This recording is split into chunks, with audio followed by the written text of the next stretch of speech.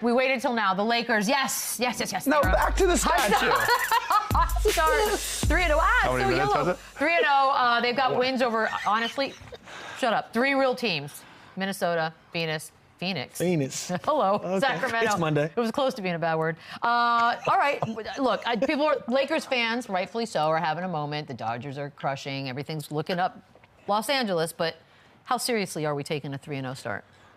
Listen, I think it's a great start to say that they've beaten Minnesota, Phoenix, and Sacramento. It's Phoenix. Listen, no one thought I didn't think they were going to start off 3-0, but I think it's different. When you get a new coach, and I got to give JJ Redick credit, their offense just looks different, looks more fluid. And again, when you have a big splash of a free agent, it takes some time to adjust and develop the chemistry. The Lakers didn't really do that. They stayed put. They have the continuity. You can see guys like Rui, D'Lo, Austin Reeves, they are comfortable. And even though it's a new system and a new coach, LeBron James looks unbelievable. The things he's doing at his age are beyond me.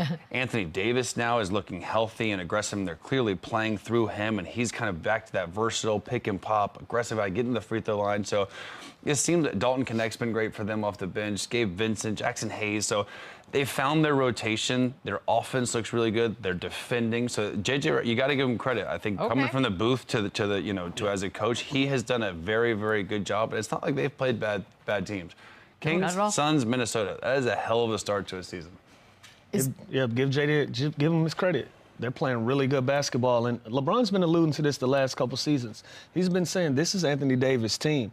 Anthony Davis is playing like it's his team. I think that's where the success is coming from. He's aggressive. He's been assertive.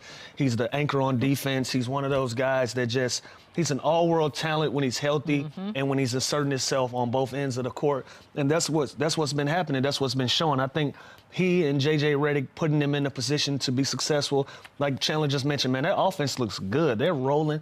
It's new. It's innovative. He's giving them some different looks, and he has the personnel to do it. He has the guys on the floor that's willing to try things. And you got one of the best leaders on the floor in LeBron James that can anchor these things for you. So, shout out to the Lakers. They're looking good right now. And you can just tell he looks the coaches, the vets he's put around him, he doesn't look like a first-year coach. When teams go on a run, I'll watch a game, it'll be beyond me. I'm like, call a timeout. You don't have to do that with him. He calls the timeout. At a timeout on offensive executions, they need a quick hitter, they need a three.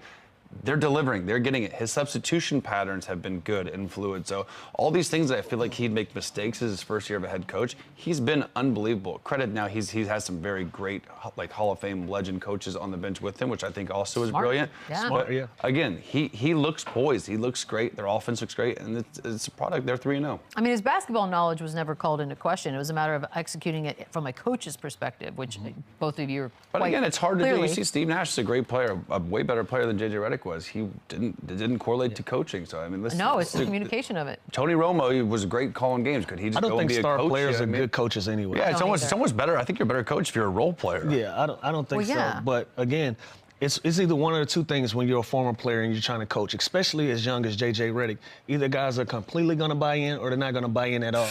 And it's a credit to him. And I think what's helped him is the relationship that he had with LeBron. Yeah. Them doing the podcast, them talking about and going over basketball so much over wine. This has translated into hey, I believe in you. And now when I'm going into the gym, these younger guys and the rest of this team, they're following my lead as well. Absolutely. I think that's one of the major things that JJ Redick has had on his side and it's shown. No, we have seen it. If LeBron is out on a coach, then usually the writing's on the wall. The fact that he was bought in before they even brought him in, I think, speaks volumes. The AD of it all, obviously, is one of the best versions of AD we've seen as a Laker. Right now, though, plus 2,000 for an MVP title. Anybody buying that? Is there a shot? Should we put $1 on it? Again, it's early. They're 3-0. Are they going to be a top 4, top 5 team in the West to put himself in that category of MVP talks? We have to wait and see. But right now, he looks dominant. He could easily be Player of the Week. I think he should be. I don't even know if it's come out yet. We went from MVP. He's been dominant on both sides of the ball. He looks healthy. He looks strong. So again, this is a great start for him. We have to see it throughout the season. We have to hope he can be consistent. But they've showed that they're a versatile team. They have a good bench, and things are just working for them right now. The only thing that's going to keep AD out of that conversation is being available. Okay. That's it. If he's going to play at this clip, he's back in that conversation of being one of the top 5 players in the National Basketball Association. He's always been there. The only thing that stopped him is his availability, him always having injuries. And sometimes with the injuries that he deals with when he's on the court, it kind of seems like he's coasting through games because I think he's trying to get through everything in one piece. Now he doesn't have that worry. He's going out there, he's playing hard, he's playing physical, playing aggressive.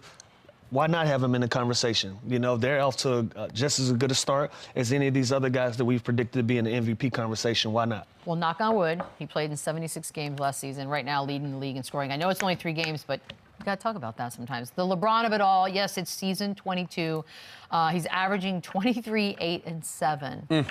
Like, what are the supplements? Incredible. Like, how are this? That's all I want to know. Supplements. What's he taking? Polypeptides. Some collagen. Yeah, some creatine.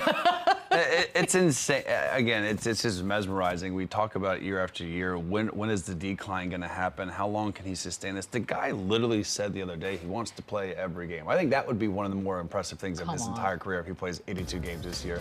But when you watch him, and this game in particular, he caught fire. He was making crazy shots. And you know what he did? There was a time there where he was on a crazy run, and Rui took like a pull-up, and he should have made the extra swing. And LeBron literally got on his ass at the timeout, even though they were winning. He was happy. He said, "Rui, like, what are we doing? Like have a feel of what's going on in the game." And again, it's the fact that he's still leading and caring, and putting up these kind of numbers and being so efficient at this age. It's unbelievable. You know, I think the more that his career is going on, he's become a better shooter. I think that's something that he's added to his game. In year 22. All the reps that you put in, at this point, your jump shot is locked in. Like, you're probably not going to miss a lot of shots when you're at the house or you're in the gym and you're just shooting around. You're locked in. And so I think that's what's carried LeBron in these last 2 or 3 seasons. His jump shooting, his three-point percentages, all of those things are up.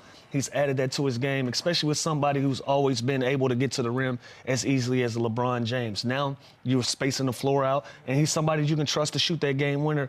You know, when you're down 3 or you're down 2 and you're trying to get a dub, LeBron James is going to be that guy for you. So I think that's something that he's added in his age. I want to do a little over/under 2.5 more seasons.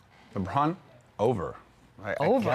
Gotta take over. How can you take under right now? I mean, I don't know. That's why I'm asking. You cannot. You can't. Again, if I would see a serious injury or a huge dip in just the way what my eyes are seeing, I don't even care if it's statistically. He looks great. He's healthy. He's strong. Again, they're winning games. He's impacting winning. He tried to take a charge the other night.